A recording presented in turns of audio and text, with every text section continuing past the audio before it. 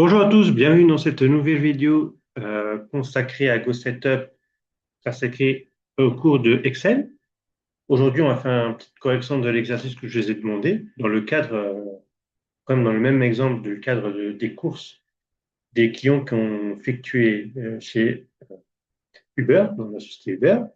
Aujourd'hui, l'objectif, c'est de remplir ce tableau en utilisant les différentes formules euh, que je vous ai proposées, je vous ai expliqué lors des cours en utilisant les différentes formules que vous avez proposées. Tout ça. Alors, il y a quand même quatre principales tâches à proposer.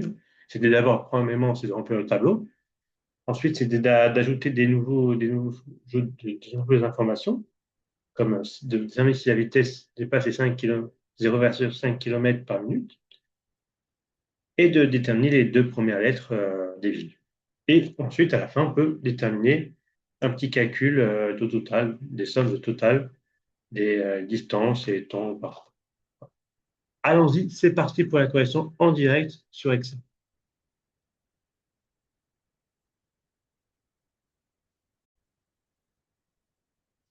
Alors, on est dans notre fichier Excel dédié, et on l'a créé dédié aux clients chez Uber. On a créé un nouveau classeur. Je vous ai fait un classeur avec un tableau à compléter.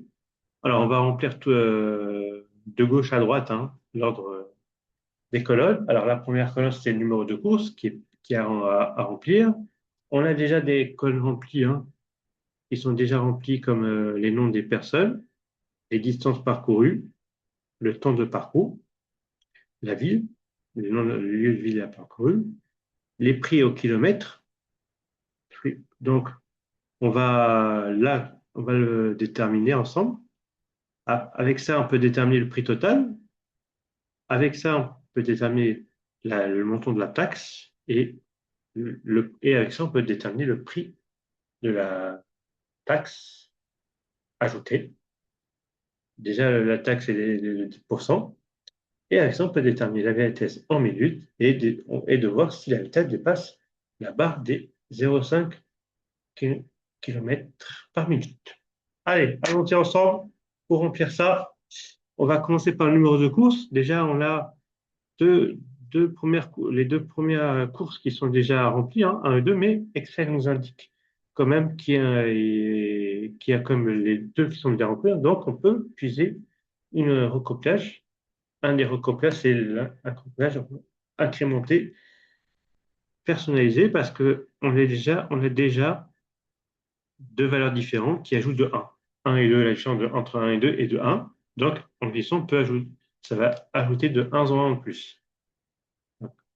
Si on glisse vers le bas avec la croix noire, que vous voyez, on peut glisser les trois lignes suivantes pour atteindre 5. Voilà, par exemple, là, Martin qui a fait les deux premières, qui a fait la courbe numéro 1, numéro 2, Dupont numéro 3, numéro 4, et Marie qui a fait le dernier courbe, le numéro 5. Donc, suivant les lignes, on ajoute de 1 en 1, on incrémente de 1 en 1 pour distancer un peu les numéros.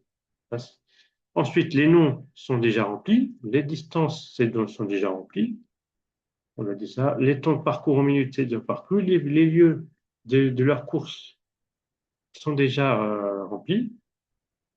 Il nous reste les autres à remplir, là, les autres colonnes à remplir. On a les prix en kilomètres qui sont déjà remplis, les deux premières sont remplies, 1,2 et 1,4. L'objectif, c'est de les remplir, mais on a quand même une indication, c'est que les deux premières courses a une distance de 0,2. Donc, on va imaginer que les autres courses coûtent, suivant la liste, coûtent 0,20 centimes plus cher, voilà, 0,2 euros plus cher. Donc, on va utiliser la recouplage incrémentée personnalisée avec de l'aide de la croix de la sélection. On a sélectionné le place de données, les deux cellules qui sont déjà remplies. Avec ça, en bas à droite de la zone de sélection, on a la croix,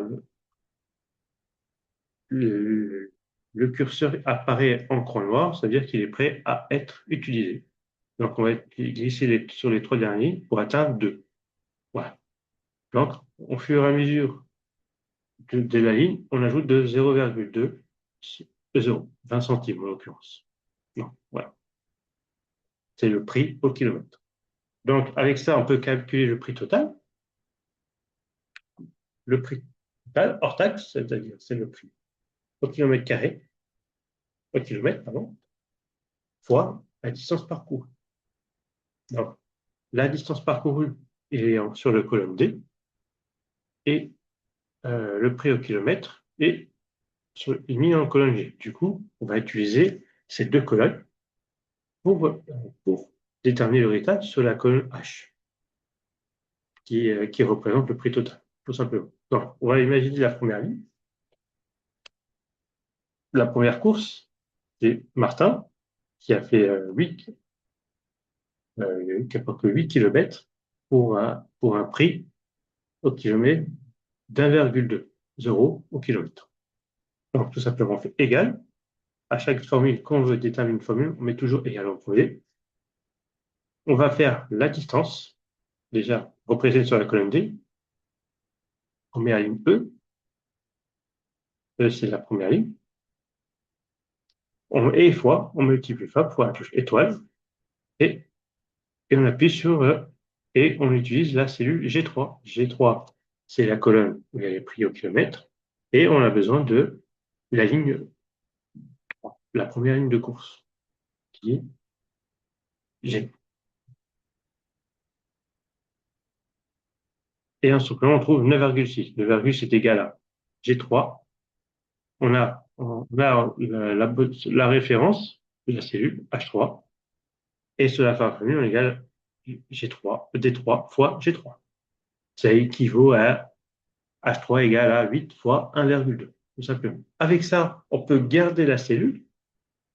En glissant, on peut confirmer Excel est intelligent pour conserver la formule. C'est-à-dire que, par exemple, si on veut glisser, on peut, et Excel va décaler les cellules, va décaler les cellules, tout simplement.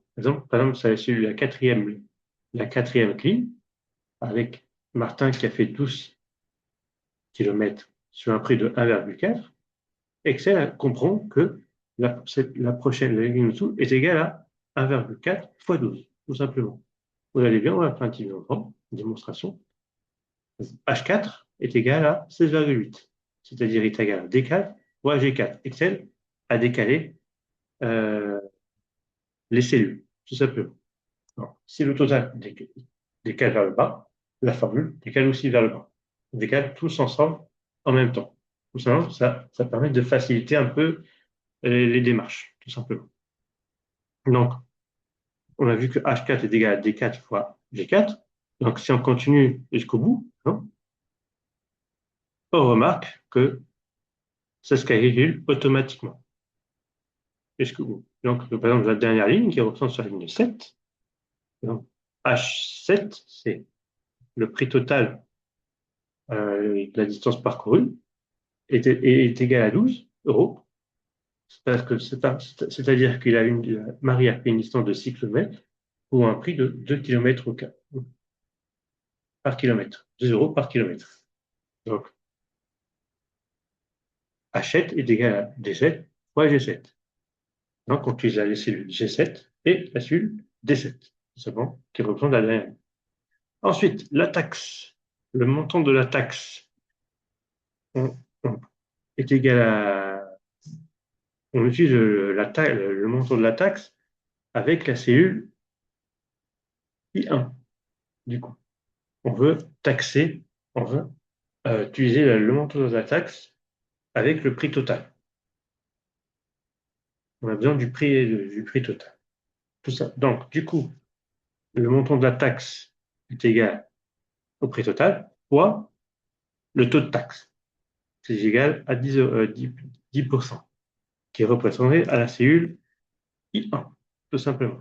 Donc, pour la première ligne, on a déjà le prix total qui est représenté sur la cellule H3. Donc, on fait H3, on clique directement sur la cellule, pas besoin de recopier.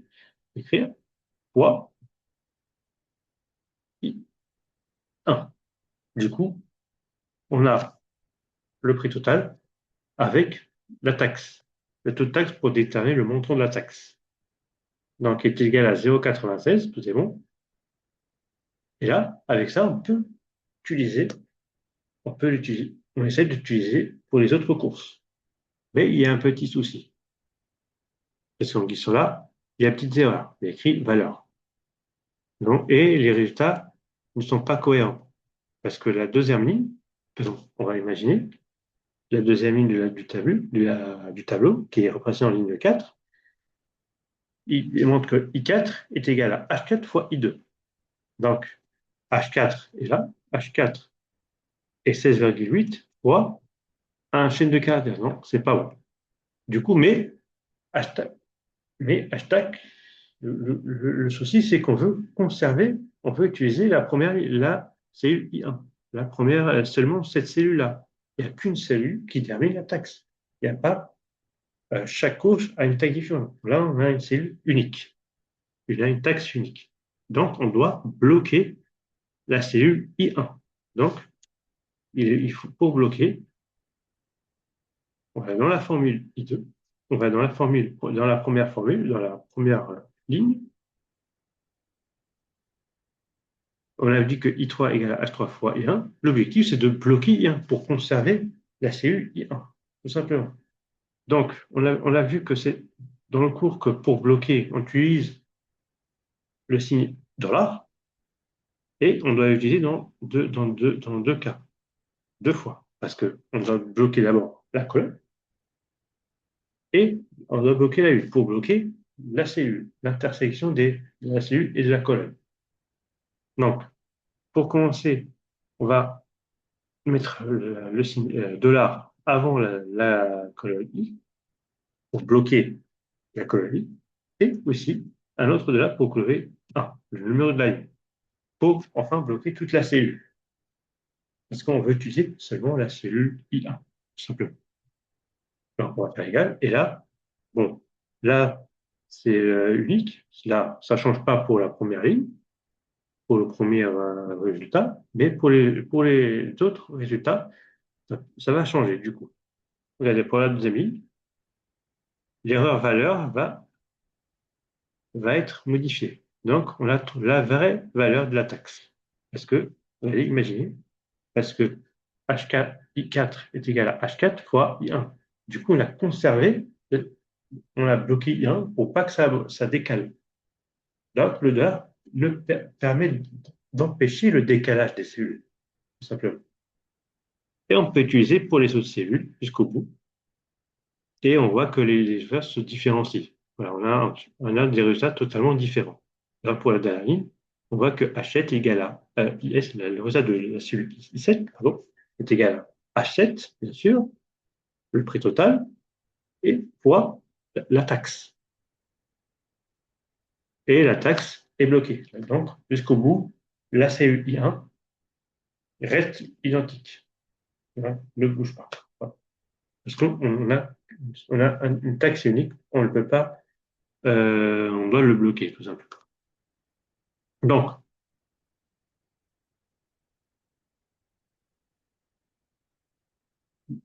ensuite, on veut calculer le prix, toute taxe comprise. TTC, ça veut dire toute taxe comprise. Donc, ça veut dire ça est égal au prix total hors taxe fois le montant de la taxe, tout simplement. Voilà. Donc, ça, c'est un peu, c'est assez simple. Soit on peut utiliser H3 plus, on va additionner, plus I3, tout simplement. Et là, il nous montre le prix de toute taxe comprise. Et là, avec ça, on peut utiliser, parce qu'il y a plusieurs taxes différents, chacune représente à son propre montant, donc on peut le glisser, on peut glisser jusqu'à la dernière ligne. Donc il n'y a pas de taxe unique. Et on voit bien que les prix, toutes taxes comprises, sont totalement différents. Voilà. Avec ça, on va déterminer la vitesse en minutes, le kilomètre en minutes. Donc, le pictométrie, c'est bien sûr,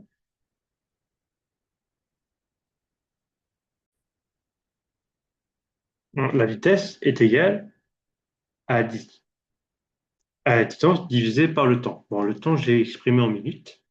Donc, on va faire, donc, la vitesse en minutes est représentée sur la ligne K, la distance est sur la colonne T, et le temps en minutes est représenté dans la colonne E.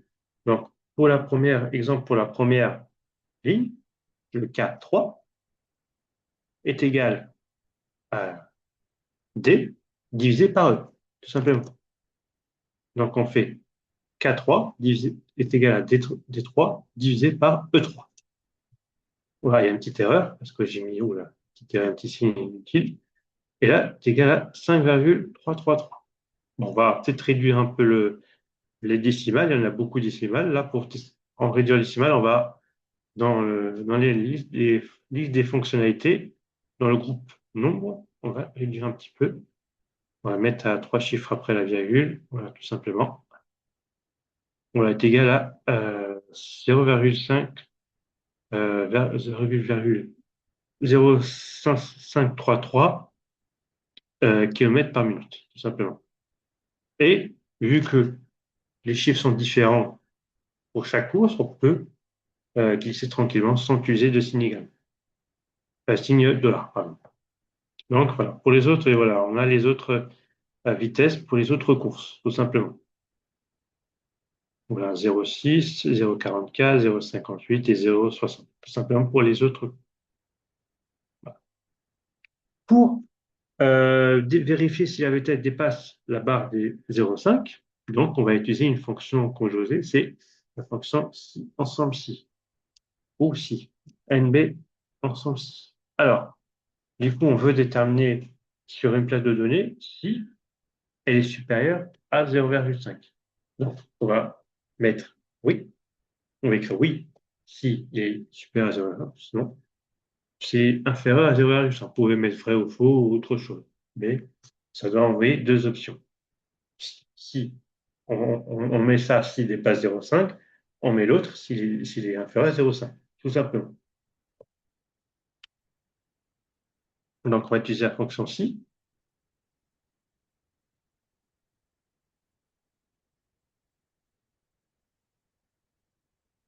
Si ça est supérieur à 0,5, tout simplement.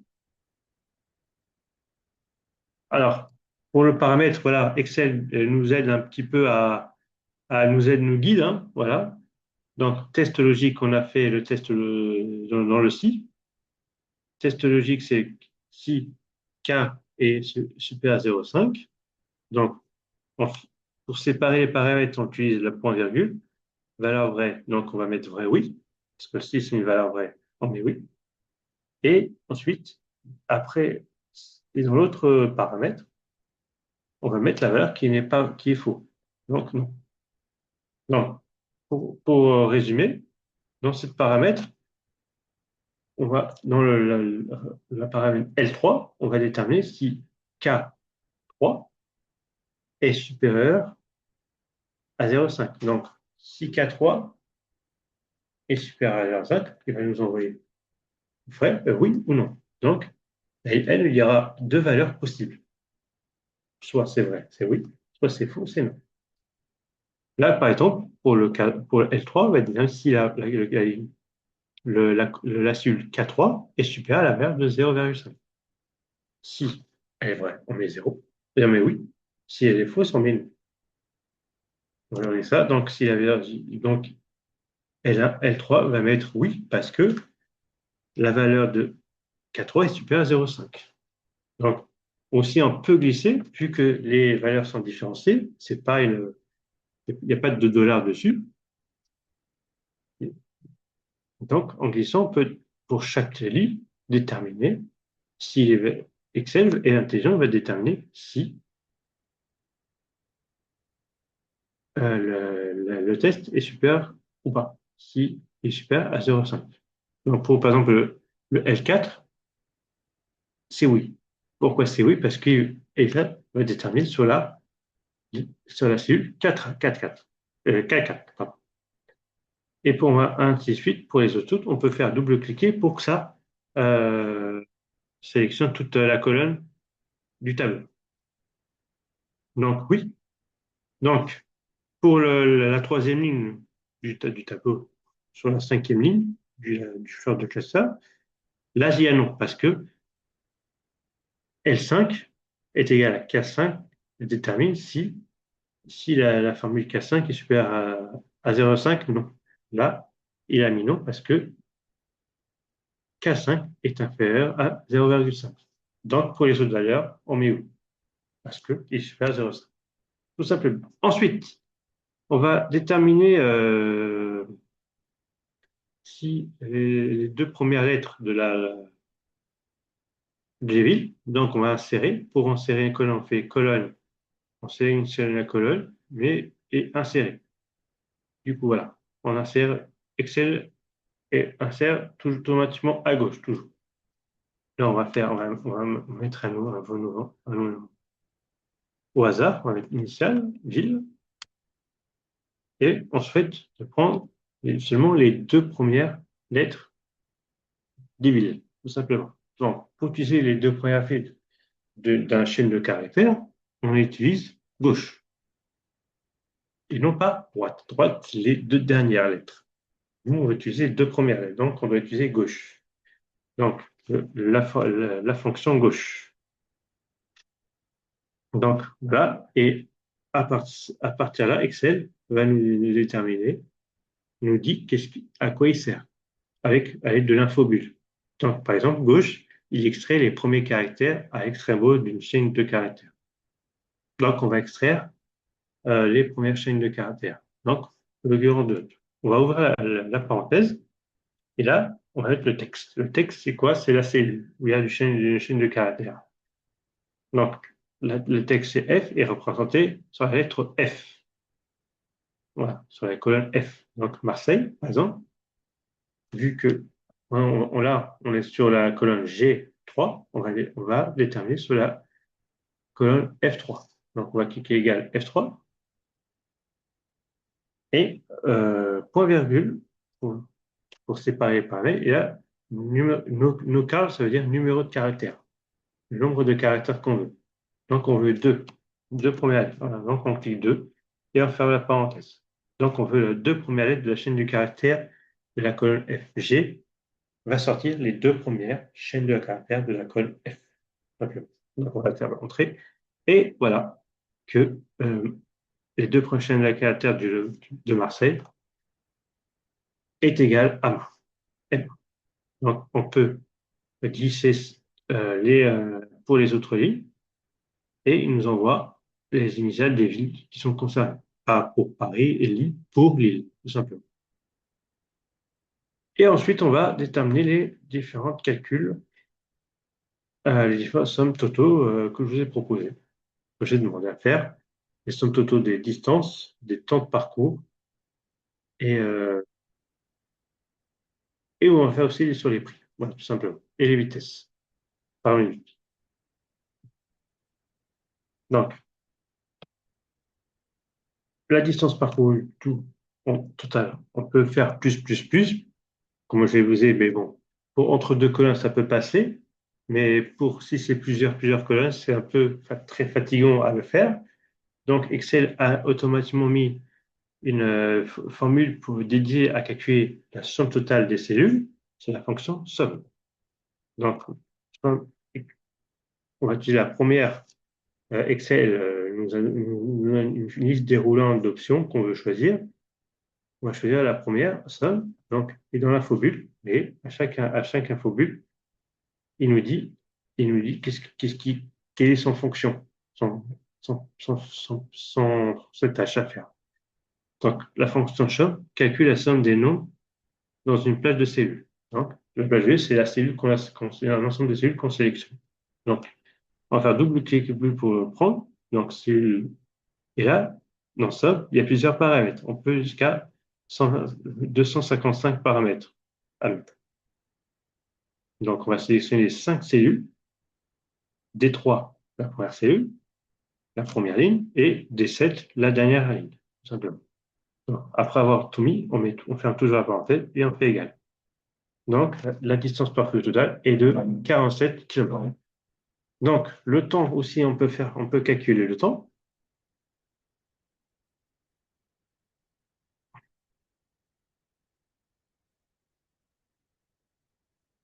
Le temps de parcours.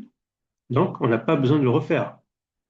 Déjà, Excel est intelligent aussi. On a décalé aussi les formules euh, verticalement, mais aussi on peut le faire décaler horizontalement, là, de gauche à droite. Oui. Là, on va décaler la cellule vers la droite parce qu'on veut calculer la somme totale de la colonne. Alors qu'au début, on avait calculé la somme des lignes. D'accord. Non, la somme des colonnes. Là, on va calculer la somme totale des lignes. Donc, on va décaler vers la droite. Et là, dans la cellule E2, E9, pardon, E9 va calculer euh, le temps total du parcours de la cellule E3 à la cellule E7 qui représente les temps de parcours faits par les clients d'Uber, tout simplement. Alors, on va faire aussi pour les prix total, les prix initial et les prix total. Donc, il y aura des erreurs. On peut décaler jusqu'au bout, mais je vais essayer de refaire, mettre somme totale. On va faire somme totale. Ici. On décale un petit peu. Ça sert à décaler un peu la cellule. Tac, tac. Voilà, pour qu'on voit mieux. À la base, on peut même double-cliquer. Voilà. Et on va décaler un peu la formule pour déterminer le prix total. Donc, on va décaler, on va glisser la formule jusqu'au prix total. Donc, là, dans les cellules F, G, on n'a pas besoin, on peut supprimer en cliquant sur Sup ou Édition, effacer. Le petit gomme, là, effacer tout. Donc, le prix, ça c'est bon. Le prix total hors taxe, taille de 75 € 40. Là, on peut même convertir. Hein, on va convertir au forfait monétaire, hein, la totalité là, parce que c'est des sommes présentées en euros.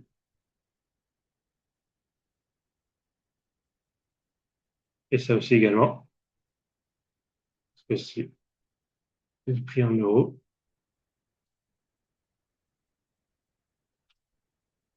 Donc, voilà, le prix est de 1,2 jusqu'à 2 € pour le prix au kilomètre parcouru.